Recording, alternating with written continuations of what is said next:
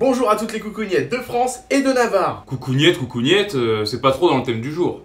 Je dirais plus coucougnetta, coucougnetti, bonjour. En d'autres termes, bonjour mesdames. Et pourquoi mesdames? Parce qu'aujourd'hui, comme promis, on s'attaque à votre place dans la publicité. Enfin, votre place, c'est vite dit. Disons plutôt l'image qu'on essaye de vous donner dans les campagnes. Donc autant vous le dire tout de suite, cet épisode sera le plus hot de la chaîne.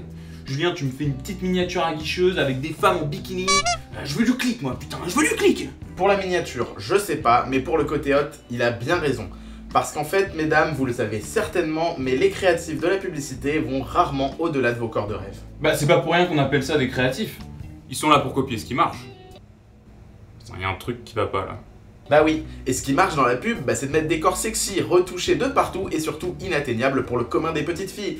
Du coup, ça va les pousser à se remettre en question continuellement et bien sûr à perdre des kilos qui leur manquent déjà cruellement. Et oublie pas le sexe partout, hein. Ah oui, et il y a du sexe partout. Oui, bah de toute façon tout le monde sait que les femmes servent qu'à se foutre à poil et à copuler. Il y a encore un truc qui va pas là. Mais attention, chez Eurosport Production, pas d'amalgame. C'est pour ça que pour vous prouver qu'on n'est pas biaisé, on va vous montrer une bonne pub qui pourtant utilise des femmes sexy et qui en plus utilise les codes de l'attirance sexuelle en sous-texte. Allez hop, une pub Dior de qualité.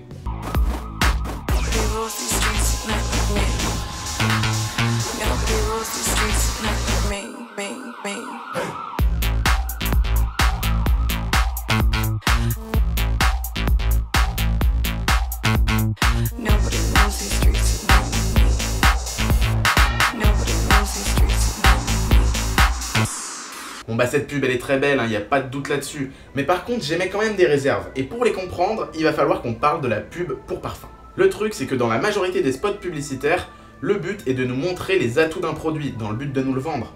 Mais le problème c'est que pour les pubs de parfum, il faut nous montrer une odeur. Et ça, c'est pas facile. Une odeur comme celle-là, je sais pas, vous voyez, c'est pas facile à montrer quoi. Mais les créatifs ont été ingénieux et ont inventé une technique qui nous donne envie de nous parfumer.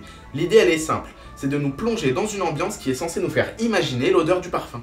C'était franchement bien vu, mais au fil du temps, la créativité s'est transformée en banalité. Si bien qu'aujourd'hui, 95% des pubs pour parfum peuvent se résumer à cette liste. Des mannequins, la thématique du sexe ou de l'amour, des images léchées et bien sûr un plan final sur une bouteille design. Mais ce sont ces clichés qui permettent à la pub de ne pas être insultante envers la femme. Plutôt que d'être vulgaire ou stéréotypée, on va sublimer le mannequin. Elle rend honneur à la grâce et à l'élégance de la femme. Et on la montre pas en simple objet de soumission. C'est même un peu l'inverse dans le cas présent. Ah ça c'est clair. Mais je pense que vous l'avez compris, ma réserve sur cette publicité ne s'arrête qu'à son manque d'originalité. Parce que pour moi, elle est comme toutes les pubs de parfum, ce n'est qu'une copie, d'une copie, d'une copie. With insomnia, nothing's real. Everything's far away. Everything's a copy of a copy of a copy. C'est bizarre d'ailleurs, toutes les pubs pour parfum se ressemblent. Alors que les pubs pour déo, par exemple, sont souvent plus créatives. Pourtant, un déo et un parfum, c'est pas si éloigné. C'est vrai, mais on peut trouver plusieurs raisons à ça.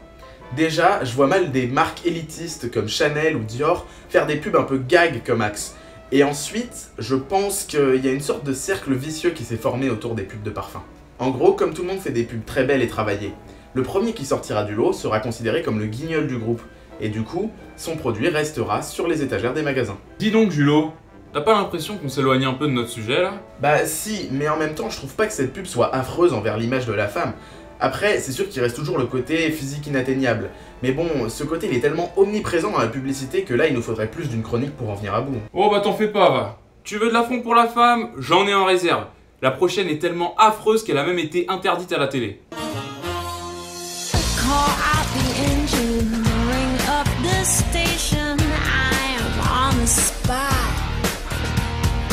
The Southwest Patty Melt with jalapenos, pepper jack cheese, and spicy Santa Fe sauce. Bon bah là, Kate, tu te tonnes, autant finir à poil tout de suite ma belle. Je sais pas quoi dire d'autre moi, la pub a été clairement dirigée ainsi. La réunion a duré 7 heures. 7 heures de branlette, avec quelques morceaux de bravoure. C'est sûr, c'est un peu fort de café. Alors ok, on comprend le message qui nous vend de la nourriture orgasmique. Mais là, ça va bien au-delà du burger.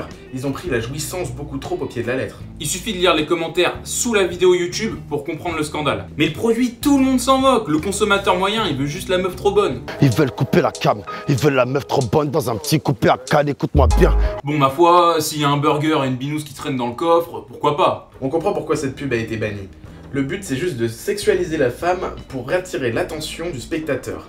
Dans le but bien sûr qu'il regarde notre publicité jusqu'au bout. Et si en plus d'une érection, il lui prend envie d'aller chez Carl's Jr., et bien là, le pari est réussi. Ah, comme j'aimerais vous dire qu'on est arrivé au bout de la femme objet, qu'on me déshumanise pour une simple vitrine commerciale. Mais non, vous n'avez pas tout vu.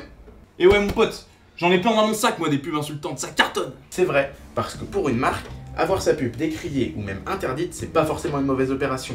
La polémique, ça va forcément leur créer de la visibilité.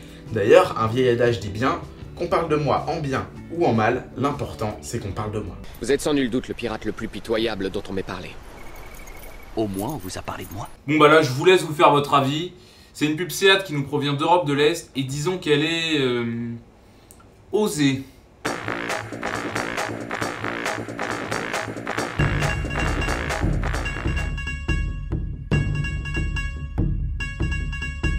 Live fast, die young, bad girls do it well. Live fast, die young, bad girls do it well. Live fast, die young, bad girls do it well. Live fast, die young, bad girls. Là j'ai pas les mots. Ça me rappelle une ancienne chronique où Julien se faisait hypnotiser par un constructeur automobile. Oui, c'est un peu ça. La femme se déshabille en lingerie, on sait pas trop si c'est dans l'imaginaire du mec ou dans la réalité. En tout cas, ce qui est sûr, c'est que l'image, elle est bien réelle. Et elle va se trémousser sur les sièges, sur la carrosserie, le tout jusqu'à ce que l'homme passe en caisse. Et là, c'est les cartes bleues contre les clés de la voiture. Chers téléspectateurs, on entre ici dans une nouvelle dimension. Là, on parle plus de spots polémiques ou juste limite. C'est carrément insultant et dégradant. L'employée de l'accueil est donc pratiquement réduite à se prostituer à chaque nouveau client, histoire d'associer son corps à la voiture pour faire céder l'acheteur. Alors soyons clairs, de toutes les chroniques, c'était pas la pub la plus relou à visionner, revisionner pour écrire notre analyse. Mais même pour nous, deux hétéros, on sent quand même qu'il y a un truc gênant, anormal et vicieux dans ce spot. Et surtout, n'allez pas vous dire que oui, mais en fait, tu sais, cette pub, elle vient d'Europe de l'Est, et là-bas, ils sont tous un petit peu fous, ivres-morts et sexistes. Parce que déjà, bon, c'est des clichés, mais en plus, des pubs comme ça, on en trouve partout ailleurs. Oui les enfants, je vous avais pas menti. Des clichés sexistes et outrageants, j'en ai plein ma hotte. Joyeux Noël. Oh oui, Père Noël, qu'est-ce que tu as pour nous? Une pub qui vient de France et qui est dans la même idée? Eh oui. Et devinez de qui nous vient cette petite merveille? Toujours Seat, bien sûr. Seat qui courant 2016 nous propose une voiture urbaine pour femmes, c'est-à-dire de couleur violette ou blanc bonbon, comprenez du blanc quoi, pour s'accommoder avec votre petit sac à main mes chéris. La voiture dispose également de sublimes tons de champagne et des phares en forme d'eyeliner soulignés de la même manière que le maquillage souligne les yeux. Si ça c'est pas une entreprise attentionnée envers vous mesdames. C'est-à-dire du marketing et encore du marketing, qui plus est avec un constructeur qui prend les femmes au choix pour des idiotes superficielles et frivoles ou pour des enfants. Vous vous doutez bien que beaucoup de femmes se sont insurgées. Ça tombe bien que tu dises que beaucoup de femmes se sont insurgées. Ça me permet de revenir à ce qu'on a dit en introduction. En réalité, ce pub du coin s'adresse aussi bien à vous mesdames que vous messieurs. Absolument. Beaucoup d'hommes sont dérangés par le terme féminisme. Ils y voient une guerre entre la femme et l'homme. Mais si ce terme vous rend confus, autant parler d'égalité. Cette chronique était, il est vrai, plus sérieuse et plus engagée qu'auparavant. À l'occasion de notre 10e épisode, on voulait chez Eurosport Productions et donc dans Pub du coin, transmettre un message d'égalité pour tous. En fait, il ne s'agit pas uniquement du droit des femmes. On aurait défendu n'importe quel citoyen ou n'importe quelle communauté qui souffre d'injustice et d'inégalité de la même façon. Soyez intelligents et prenez le temps de développer une réflexion. Prenez le temps de vous écouter et surtout prenez aussi le temps de vous comprendre pour vivre en harmonie. C'est important les jeunes. Effectivement, c'était pas vraiment dans la gamme des chroniques habituelles. Un peu moins humoristique sans doute. Au-delà du secteur de la communication, on a soulevé un problème de société à travers la publicité.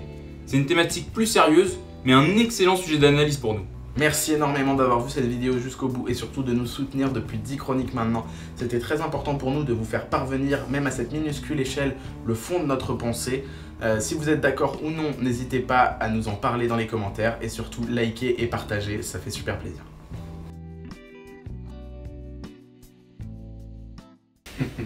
Tombez là, Tombez la chemise, tombez là.